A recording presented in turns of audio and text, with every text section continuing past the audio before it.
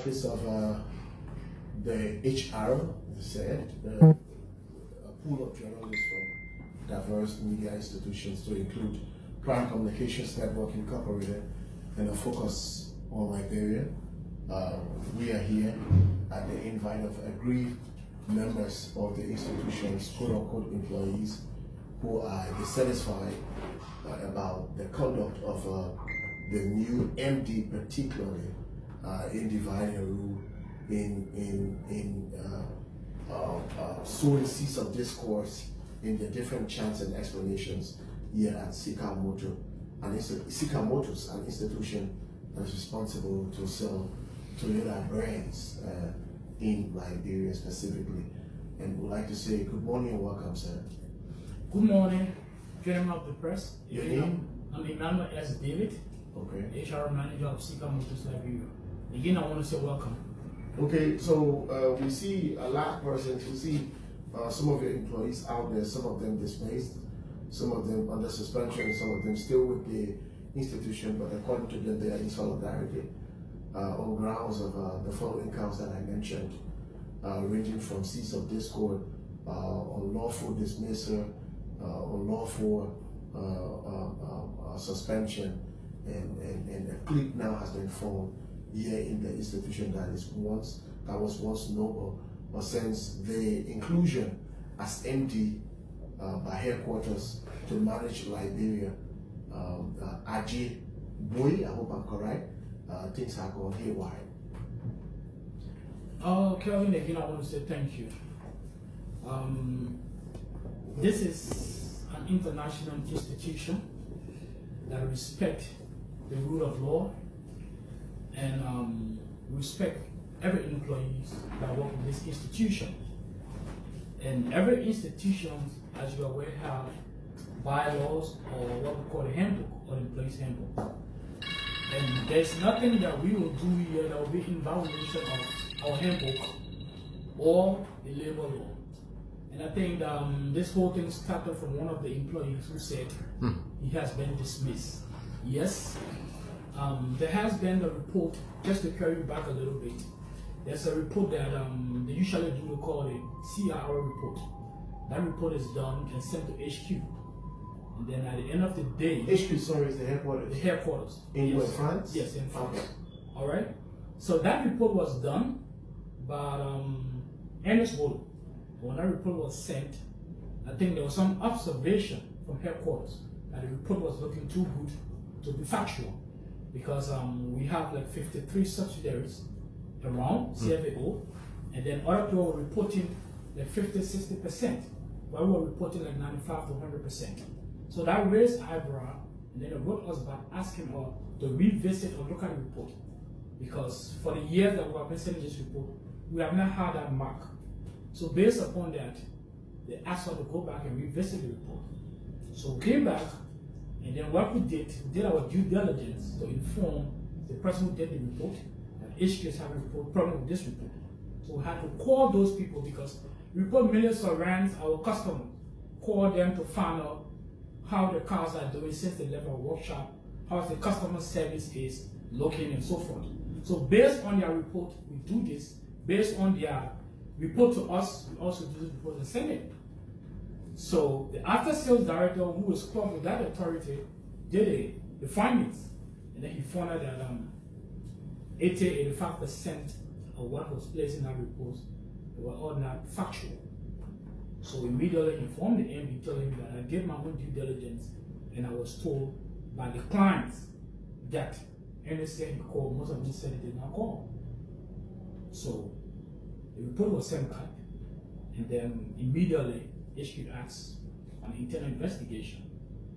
So I organized the internal investigative team, and then they went to do their own investigation. They came back with what they saw, what they observed in the report.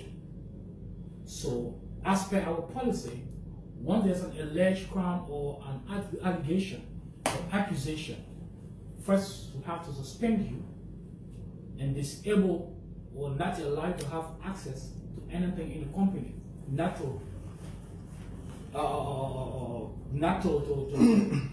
access the system? To access the system that you have another information to get out. Okay. So based upon that, we have to disable Ernest's account, giving the investigation time to go on.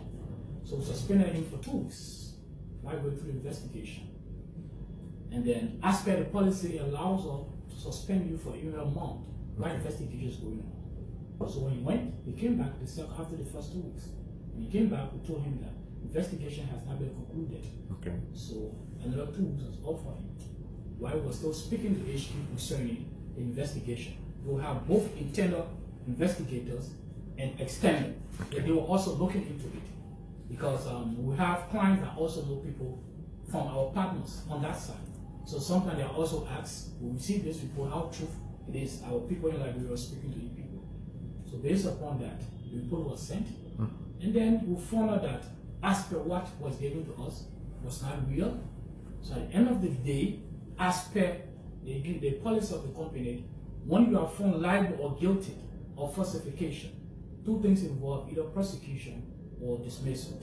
So the editorial wise that because of what has happened to the company image in terms of falsification, and people have been called to inquire whether they were called, and they said no, we deem it necessary as per the policy to dismiss Ernest. And that is what happened. So what is the current status of the internal investigation? Has it been concluded? Yes, they concluded the investigation, and then they recommended to us that indeed what they found out that 85 to 90% of the names and numbers that were mentioned on that list, on that report, were all not factual. So that's the nature of the falsification you're talking about? Exactly. So it means there was information placed on that was even real or truthful. Okay. So the employees also allege of some bad labor practices, having quote-unquote link with the Ministry of Labor, and defying some of their actions. You want to speak to that as well? Well, Ernest said he wrote the Ministry of Labor.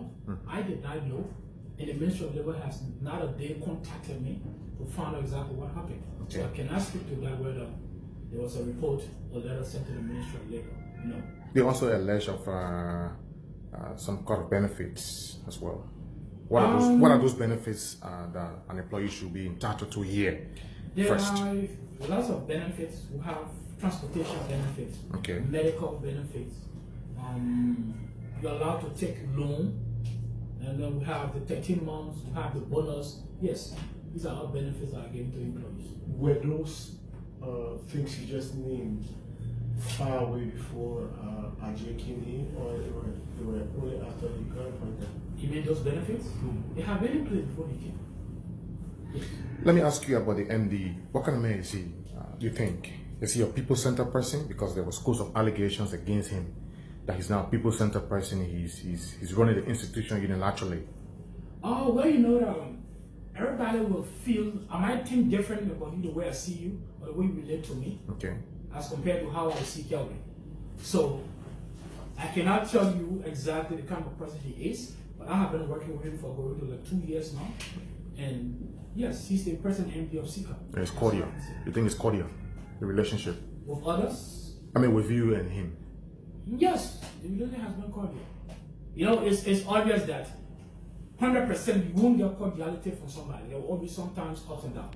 But the fact is we have been working together. Well, yes.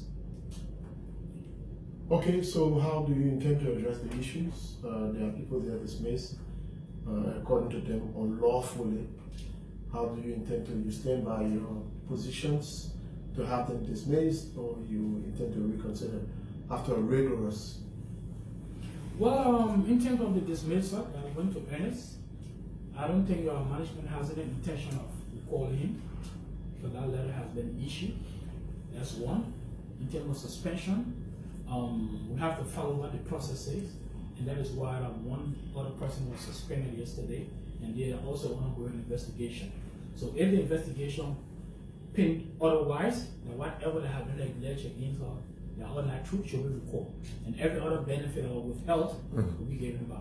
That's the policy. You care to give us a copy of the investigation, if possible? Yeah, definitely. After this, I'll give you a copy. Okay.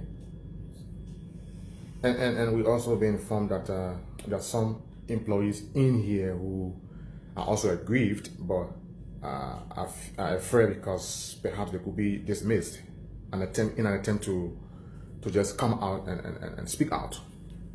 You know, the Lord was always the Lord, and only people who want to commit crime will be afraid of the Lord, but they will always be Lord. So once you did not do anything, or you have no intention of doing anything, there's no need to be afraid. So there are no issues there with job security? I don't think so. I don't think so. Okay. Okay, so finally, what is he saying, your boss? I'm quite sure he is aware about the matter just right in front of the premises of CICA. Well, he has asked me to intervene to know what is the problem. I can tell you, we have lots of media in addressing employees' issue. We have this usual town hall meeting. We have the usual Mondays meeting with employees. My office is always open to employees. Whatever problem they have, they come to my office, we discuss it. So I don't think there's any blockage put in front of them in case they have a problem, except maybe there's something that I don't know about. But once they have an issue, we'll talk about it. So there was no formal engagement with your office in terms of mitigating some of the issues? Many times, several times, I've spoken with employees who are aggrieved. I've spoken about some things, but these things are normal in the workplace. Okay. So I think this is just one of the things that happen in the workplace. Okay, thank you.